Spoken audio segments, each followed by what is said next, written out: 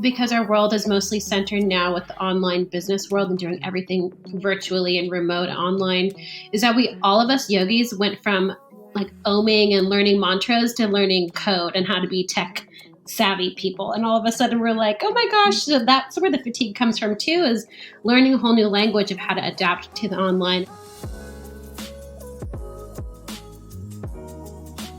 That was Priscilla Luckhurst.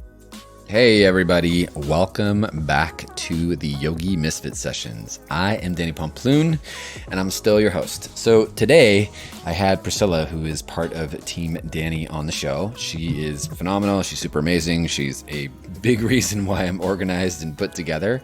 But we just talked a little bit about startup mode, both as practitioners and as teachers running businesses and things like that. But everyone is just like on this pivot of like, well, how do you do your practice now? And then you start to see all the offerings online. And then there's teachers that are like, well, how do I go to Zoom now? And all the other things that are happening out there. So we just discussed that a little bit today because it seems to be a lot of people are kind of going through that. And startup mode always brings out a little bit of a burnout culture. So it's nice to know that going into it. As always, this show is not possible without y'all, so don't forget to hit us up on iTunes, leave us a review, and you can always support the show by checking out the show support page down below. Without further ado, here goes the next Yogi Misfit Sessions.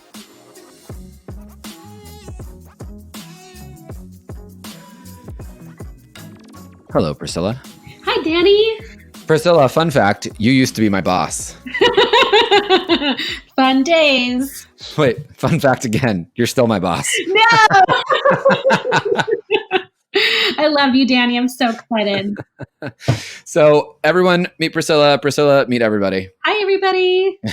Priscilla is your super mom, you're super yogi, you're super inspirational, you're a super good friend. You're super everything you do. You are the task management queen. Yeah. You love it.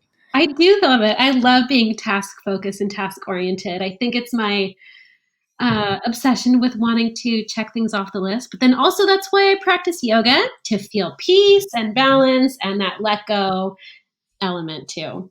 What is that peace and balance thing? I haven't felt that in a long time. I know it's a little bit far out there right now, but we'll come back to it soon. Yeah, I know.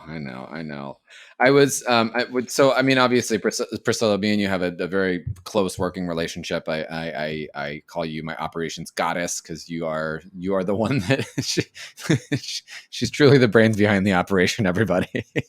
Danny, you're so amazing and creative. I love working with you because you're always so inspired and you're super driven.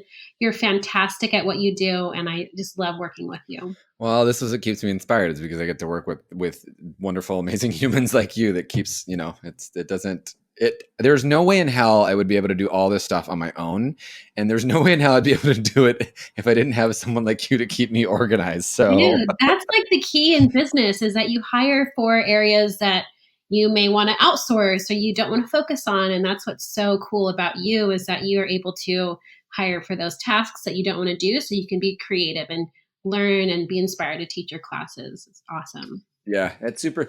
That's like the saying of put your aces in your places. Totally. Right? Getting the people. Your weaknesses. Yeah. And that way you're not stressed out about doing all the stuff that you don't want to do. Like you just like make it, you make it happen that way. You have other people make it happen that way. You don't waste time and energy and your inspiration on it. Mm-hmm. So everyone, Priscilla, I think what we're going to chat today is mainly about like online business, a little something about what you do, but everyone is in startup mode. 100%. Yes. It's a whole new world right now for the business world. I feel like, well, one, I feel like every day is changing. Like we're trying to keep up with like Yoga Alliance standards and teacher training standards and trying to pivot everything online. And I think there's a lot of yogis, specifically, both students and practitioners, having a hard time keeping up.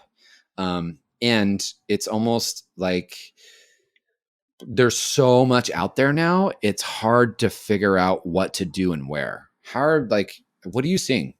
Yeah, I'm seeing that because it's so new and so unknown, and because we've been forced and pushed so quickly to pivot immediately, where we haven't had a lot of time to prepare for the pivot or prepare to adapt. It's more of like we have been forced to prepare to do it right now. So the blanket thing that I'm seeing is that for yoga teachers pivoting to online, or for yoga studios pivoting to online, I'm seeing that no one knows the exact right formula, the exact right thing to do, because we're all figuring it out at the same time. But that's the beauty in all of this, because everybody, all of us as yoga teachers and yoga business owners, we all want to get clear. We all want to get clear on what's the right thing to do. We want to get clear on what's the best practices and how to support each other, because the yoga community is so beautiful. And that is that all of us as yoga business owners want to help elevate each other at the same time. And that's unique about the yoga world. So we all want to get clear. And so we're all learning at the same time. And then we're seeing where other people are succeeding. We take that and apply it to how we're pivoting to our online business. But that's what I'm saying. No one knows, but everybody wants to get clear. I keep reminding people, both like, I mean, students and other, just people that, mentees and, like there is going to be this sense of fatigue because we're trying to keep up with everything. And, like we've talked about this, but like, I thought it was fine. And then come, last month, I was like, oh, I'm not great again. Like it just kind of hit me like a ton of bricks, like it's absolutely true with the fatigue thing, because our world is mostly centered now with the online business world and doing everything virtually and remote online, is that all of us yogis went from like oming and learning mantras to learning code and how to be tech savvy people. And all of a sudden we're like, oh my gosh, so that's where the fatigue comes from too, is learning a whole new language of how to adapt to the online. And then with the online world, there's so many amazing softwares that you can teach on, so many different platforms you can teach on. And then I haven't studied it too much, but I've heard about there's an element of when you have too many options, right? Have you heard of that? Where you have too many options and you get like confused and you shut down. Right. Yeah. Yeah. It's like paralysis by analysis, because you're trying to like take everything in. Yes. Or overthinking. Also, like, I mean, I tell that a lot in teacher training. Like, don't overthink this, or this is you're not gonna do well. Yes, I think that the biggest thing that I've felt whenever I'm feeling those fatigues is I come back to the element of, you guys talked about this last time on your podcast, the element of journaling and getting clear, because there are so many different directions yoga business owners and yoga teachers can go right now online. It's just getting clear about where you want to go and what resonates with you. How are you feeling about studios open up and doing like, I know you work with a handful of studios in addition to yogis too, but like, how are you feeling about studios that are opening up? And I'm actually curious. I have only spoken to one student who doesn't live here in California, obviously, because that's not a thing anymore in California.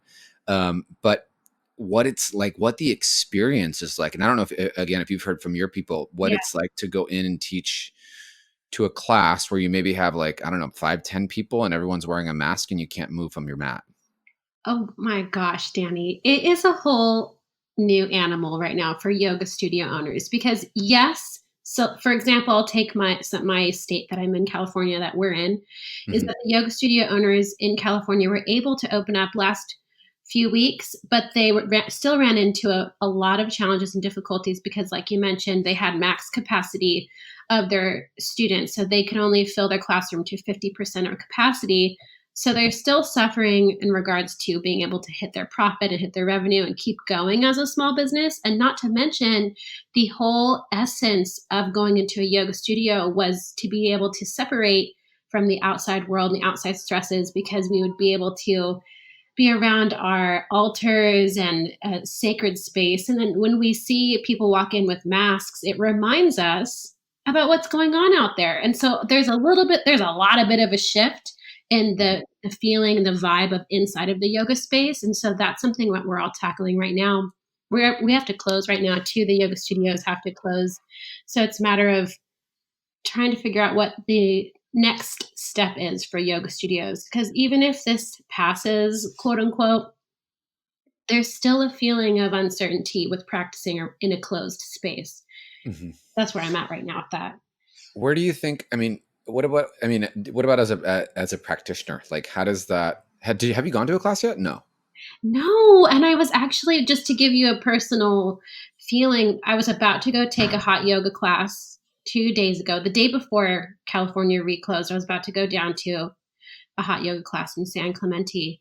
And there was like pangs of uncertainty and pangs of me not wanting to go into the studio, even though I've basically lived inside of a yoga studio for the past 15 years, being a student and then being a teacher.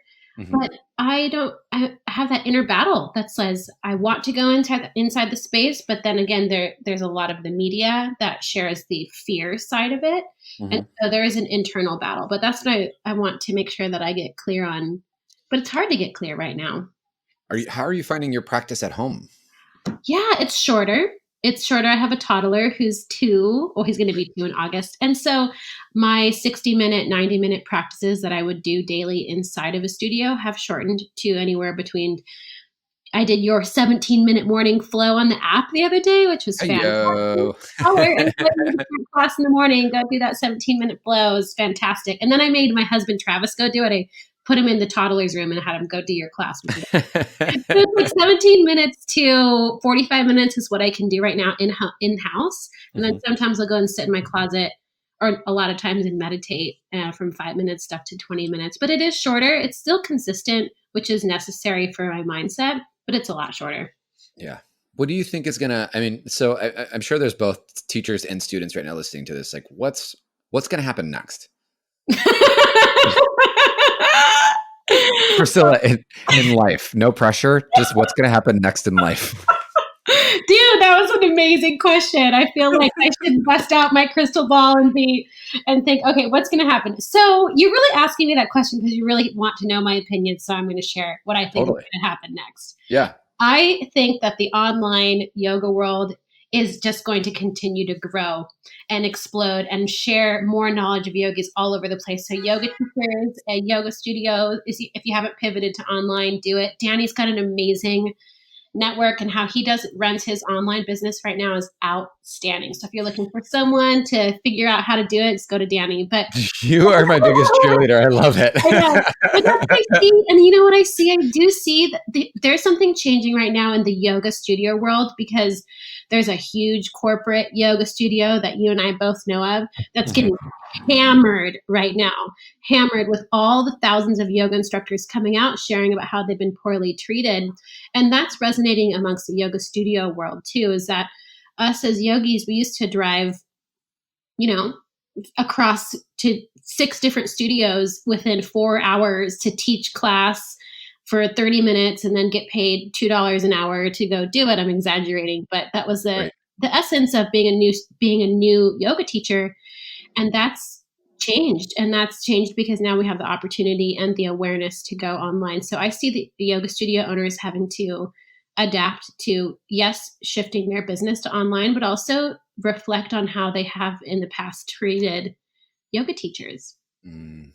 Yeah. I'm curious to see, like what I think about is like I know for myself, and it wasn't just, teaching on Zoom that was fatiguing me, but really it was the entire pivot. It was like get back and change everything. And, and finally this month where I decided to take some time off, on Mondays and just free up my schedule a bit more, give myself more time to breathe and to just, be inspired again, to reconnect, because the struggle is real. Yeah. I'm curious as to, I wonder how many teachers are going to make it through this part, because I don't know that everyone's.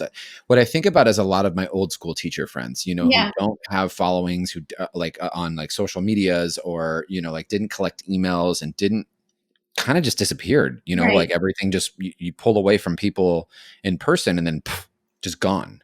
Yeah, it's definitely, I hear that. And it's a career switch opportunity for a lot of yoga teachers, because in this moment that we're in today, we can't go and teach inside of a yoga studio. So the yoga teachers who really leaned into that and don't want to teach online may feel like they need to reconsider their career, or they're able to adapt and embrace the online platform, because that's where we're at today.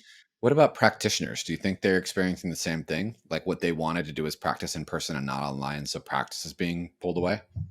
Great question. I've been trying to poll my Instagram community because I'm curious about the same question. What I've found is that the people who are responding that are just students and not yoga teachers are actually loving being able to take their favorite teachers at home. And I do see that a lot of other people who couldn't make it into a yoga studio are feeling the warmth from society and being able the warmth from yoga teachers offering their classes 1,000 more opportunities to take class online. And so I do feel like their practices are improving. Mhm. What are you seeing from a practitioner's perspective? I mean, just in having, direct, the craziest thing, that was so hard for me to get out. The craziest thing is in this last week, there has been one, two, three, at least 5 personal emails that have reached out that have asked me if I'm teaching anything outside. Outside, So you mean like outside on the grass outside? like out at the park. So I've had a Oh, lot of people reach out to me and be like, "Hey, are you teaching anything outdoors that's safe?" Like da da da da. So I think right now what I'm overall hearing is this conversation of connection, right? And people are mhm. lacking the connection. And so, although, teaching on Zoom, and I've said this over and over again, teaching on Zoom is a lot of fun. And, like last night I taught it was a great class. It was, I also got 2 The emails live about music class? that. Yeah, it was a really hard class. Oh my gosh, physically? Someone texted me afterwards and was like, that class was effed up. Because you're so brutal as a yoga teacher? I mean, you kind of just know that going into, You have we've power. been working this shoulder sequence for 5 weeks. So if you came to class yesterday, you came on the wrong day. Oh, shoot. Yeah. No, but just kind of go back to what I was saying. A lot of people are really craving that connection. They're Yes. craving that being in person, because when we're done with class, you can see it. Almost everyone's like looking around like, what do we do next? Do we just hang up or do we say bye? Or like, there's I almost this know, like weird, it's so awkward. yeah. And then for me as a teacher, I just close the laptop and I'm like, oh man, here I we know. are. And we used to be able to linger after class for hours with our students. And chat and hang Yeah. out and just be, and even walk out and talk to each other or go get a Yeah. food next door or whatever it was that was going on. For me, I am fatigued. For me, I'm just really, I know that this is never going to change. I have said this before. There's a lot of ways where I'm quite thankful that, I now get to, I mean, I've been working on this app thing forever. This is no secret. Mhm. I've been really, really, really wanting to connect with a lot more yogis. And that's one way to do it where I don't get to, see them every day and they get to practice with me on their terms. And, and I love doing it. I love the filming. I love the editing. I love creating like that makes me really happy. And I haven't had enough time to do that because I've been doing so much of the Zoom stuff just to balance everything out, because when the shift happened, everything changed. So I am a little fatigued in my own teaching per se, like having to just zoom, but that's also my reality right now. That's Totally. really, I don't really have another option. That's what I have to do. As a student of yoga, for me, it really hasn't changed much. For me, I've had my own practice. Because of, the natural I guess, when you're teaching yoga, you're teaching at the same time all your friends are teaching. So you Mhm. don't really get to take other people's classes. I don't really get to take my teacher's classes that often unless I like put it in my calendar and make time for it and like take something off or whatever it is. Right. And it was funny because right before, I left for India, I actually changed my schedule so that I can take my teacher's class once a week. And Yes. then everything happened. So that stopped. And then the schedules online changed and, all that. But for me as a practitioner, I still feel actually really connected into my practice. I still feel really connected and really grounded here in my space. And what I do for that is I set the ritual behind it. I do my little thing. I burn a candle and I kind of just set up so that I know when I'm about to practice, it's time. And my morning ritual is still never changed. It's never it's never going away. It's never going to stop. It's never going to not happen. It's something that I notice that I'm not the same person if I don't do that. So that's still really important to me, but it is different. I still was going to studio classes once a week for sure. I was definitely going in and visiting different teachers and people that I hadn't practiced with before. Sometimes I would just go and take a random teacher's class because why not? Yeah. Um, and I miss actually self practice in the studio. That's what I miss. I hear that. And that's a connection piece that a lot of the practitioners, and including myself, miss connecting with other human beings inside of a space. Yeah. Yeah. Yeah. There's something to be said about that.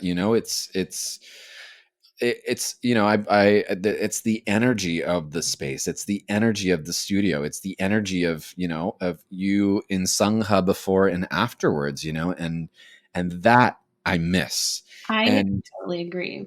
how do we replicate that online? Yeah, I feel the same way because I'm a Leo, and so I'm a little lion, and I love being around other people because I love that tribe mentality. I'm very Mhm. social. I also studied sociology in college. I love groups of people. And that's what got me into teaching yoga, is being around groups of people. That's what got me teaching classes and being around, 500 people. And I miss being around groups of people. And I do feel like that's what the piece of connection that I'm missing. Trying to figure out how to, like you mentioned, replicate that is interesting. And then the other piece of connection is that I feel is coming out a little bit more is a self connection to the self. And Mhm. it's interesting because with the pivot of online classes, like I mentioned before, it is creating more opportunities for people to take yoga at home that really haven't before. And so they're able to dive into that self connection. So that within connection, I see there's two elements. There's a self connection and there's a connection with others. And how we can do the human being connection with others is the part that kind of hurts right now because I miss it. Right, right. Yeah, for sure. I understand. Yeah, and even that's like in startup mode, right? Now we're in startup mode of like, well, how do we start to create these connections online? And how can we get yogis to, you know, connect through the screen and, be in part of community through Facebook groups, through apps, through, we're Yeah. still kind of figuring this out. Yeah. Yeah, absolutely. And that piece that I've leaned into a lot without being around the physical other human beings is the power of words and the Mhm. power of texting. I know that's like hard to say right now, but the power of sharing positive reinforcement statements or celebrating others is the piece of connection that I'm really trying to lean into is giving people positive comments online or positive DMs to help elevate that other people to people connection when it's missing in person. Yeah. You're really good with words too, so I love that you celebrate online. I'm so much better with the words than I am with the typing. I actually I like it a lot more than I do the typing. Hey yogis, this episode is sponsored by Ladder. I am obsessed with their supplements because they make me feel amazing. Some of the stuff that I really like is their green powder.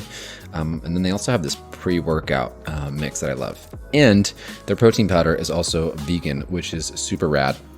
They've been formulated by some of like the top scientists out in the market. I've been using a ton of different proteins before, and this is by far one of my favorite ones. Check out their website, ladder.sport, and if you use the code YOGI20, you get 20% off your first order. That's ladder.sport. Yeah, it's interesting. I'm finding that in this startup, like everyone's in startup culture, in yoga land, even as a practitioner, right? You're still trying to like sort out like what your thing is now, but then there's also like startup mode can really easily create burnout, and Absolutely. it can really easily create this like every day is a hustle to do something, Mhm. and if every day is a hustle to do something, that's a recipe for disaster. Yes. How are you?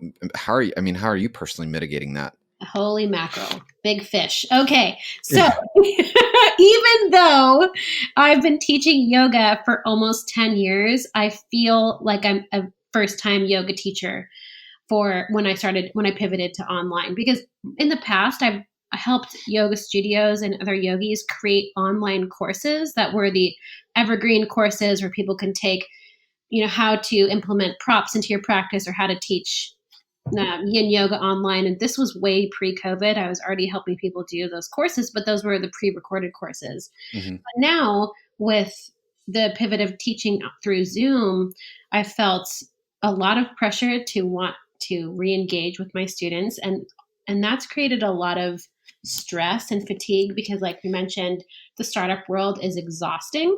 Mhm.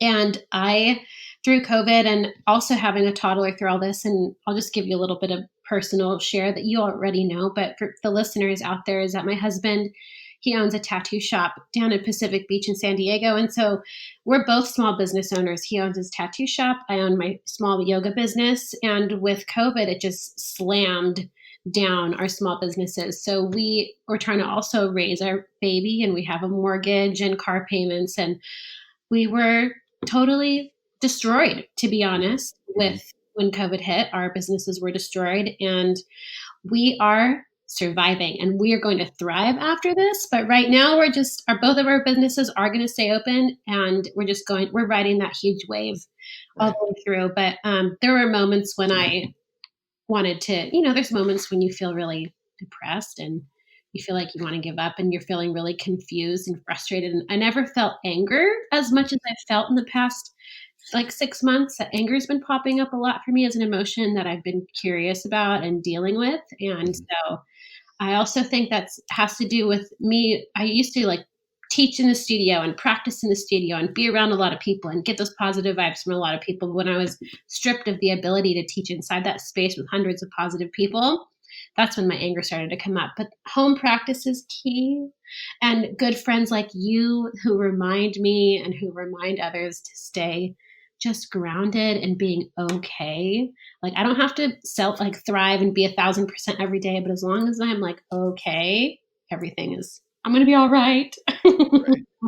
Right. Yeah. Yeah. And also realizing through, look, startup in your home practice, your startup in your online business, you're not the only one going through it. So lean into, the community around you, lean into your fellow yoga practitioners to tell them I'm uninspired. It's hard doing this through Zoom. It's hard, whatever, lean into that, have that conversation, because I think when we keep each other accountable by having those conversations, which is super important. But two, that sense of not having to sit in that alone, just, man, it's been so nice. It's been so nice for me to vocalize, that I'm kind of just meh right now.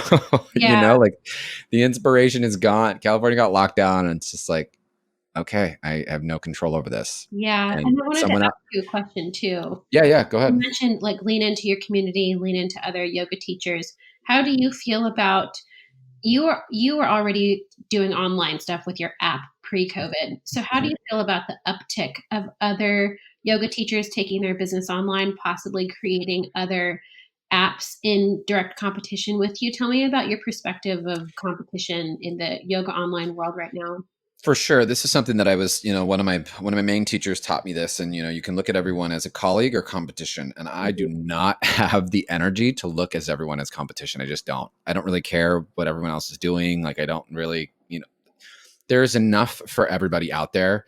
And that's really important to remember and to understand. It may not seem like it, but operating out of fear is just going to drain you a lot faster than putting in inspiration and work to make things happen. And it's also an important reminder to, for those people that are starting things up and whatnot, it's a lot of hard work, and it's not going to happen right away. And you got to stick through it. This is for me 10 years in the making, and it's still a lot of hard work. We're doing, we could talk about this, Priscilla. We're doing major app upgrades right now. No one knows it. Well, now everyone knows. But we're doing major app upgrades. And we have everyone on Team Danni, has been all hands on deck this month. And we are just so jazzed about what we're offering, because we know that whoever is doing what we're doing is going to be really excited just as we are. And that's all that I care about, is whoever is excited about it, let them be excited about it. If they're not excited about it, don't be excited about it. And, there's no one should be, I'll just go back to what I said. You can go out there and you can see everyone, no one's going to teach like you, and not everyone. We could teach the same downward facing dog, and it's never going to come out the same. That's right. The way that you say it and the way that I say it, I've had a different experience in life. I had a different walk in life. I have a different story in my head. I have a different everything. It's no one invented this stuff. No one created your, it's all been upcycled in different ways and shared. And, I think people start to, if you're grabbing something and you're dictating for, if you're not understanding and studying, and then, you're just pulling for someone, I would question what you're doing there. But for the rest of it, listen, there's plenty for everybody. You just have to remember that. And if this is something that you want to do, we kind of pulled away from the studentship of this, but if it's actually both in student and in teacher, like if there's something that you want to do and that you want to experience the benefits from, you got to stick with it, even when it gets really hard. Dude, that is powerful. And I 100% agree, because consistency is key with the startup world or with your own home practice, and startup world for yoga teachers. And like you mentioned earlier, for yogis at home, for students at home, they're in the startup world too, trying to figure out what yoga teacher they like, what kind of yoga class they like to take online. So they're in the navigation phase, which is exhausting, but the key to keep going and success as a yoga student in the startup world right now is consistency. And Yeah. it can be 5 minutes a day. It can be 15, it can be an hour and a half. It doesn't, I feel like in this moment of our world right now, we really shouldn't beat ourselves up about how long. It's about just showing up. And you inspired me a few weeks ago with your post on Instagram about just showing up. Yeah, I mean, it's hard, I'm having daily conversations with myself because, fatigue is real. Yeah. I'm not superhuman, Mhm. it is, as much as I complete honesty, like I show up on Instagram these days and I used to have boundaries as far as like what I couldn't say. And now I'm just like, hi, this is me today. This is what you get. Yeah. Okay, bye, Yeah. and there's some days it's really easy and there's some days it's really hard, and that's okay. Yeah. I love that. And you inspired me a lot when you said to talk about when we were talking about competition and or allies. And I feel like the abundance mindset is huge within that. Mhm. And even though right now we're in the media is all about fear and scarcity, we can reserve moments in our day when we do focus on abundance. Doesn't have We don't have to put blinders on to all of the hard stuff that's going on in society, because that's all real. But there's Sure. moments in the day where we can have that abundance mindset and even have that as a silver lining throughout those challenging times. And I was thinking about yoga teachers, and as a yoga student, when you're trying to find your yoga teacher that you resonate with, just keep trying. And because most of the yoga teachers who pivoted online are still just about, we are about 4 months into that pivot, would you say? Yeah, about 4 months. Yeah. And so to master, or not master, but to grow with anything, 6 months to a year is a good time for people to really find their niche and find their groove. So within the next few months, we're going to find the yoga teachers who are going to start shining, like you, Danni, online, and the other teachers that want to fade away and not really pursue the online stuff will.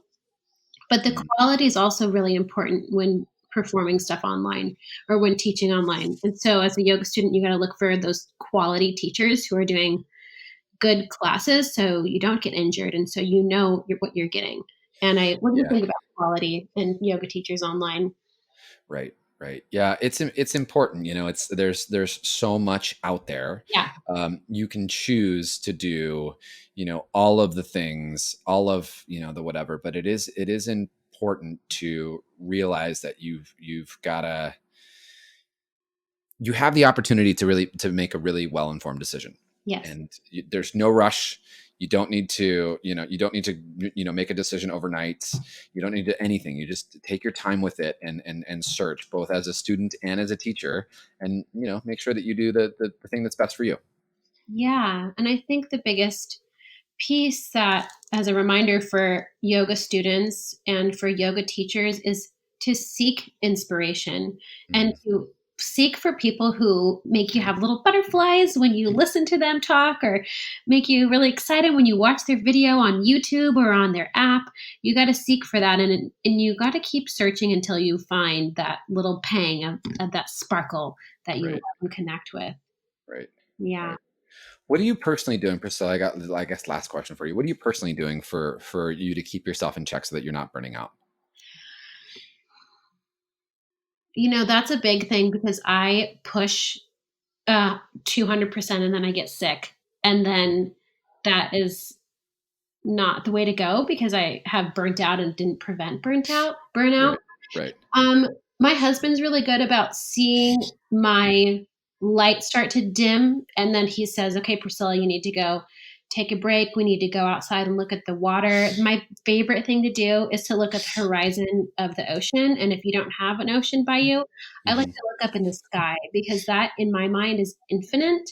And my eyes don't stop on a computer or on a book or on the TV or on a water bottle. It just goes. So when I'm feeling really trapped inside of frustration or angry because of X, Y, and Z, I look at the sky and I think, oh, that's forever. And then I think about the universe going on forever, and then I go crazy. But anyways, and then I look at the ocean, and that's really peaceful. So I find that looking into the horizon of opportunity keeps me from like feeling too stressed out or crazy. I'm a big list maker, and I've used to create lists with 10 to 20 things to do, but in the morning, I set a list of at least 5 things that I want to get accomplished that day.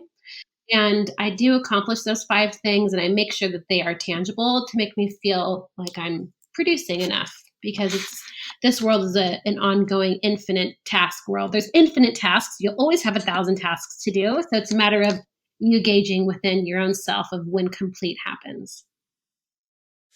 I love you, Priscilla. I adore you. I want you to know that. I love you too, Danni. Thank you. Thank you for sharing your insights and for, guiding us both as business owners and as students through this startup world of yoga and where it's going. And I just appreciate your resources and your insights so much. Yay. Thank you, Danni. And yogis out there, yoga teachers out there, and yoga students out there, just reach out to Danni for support. Look at his app.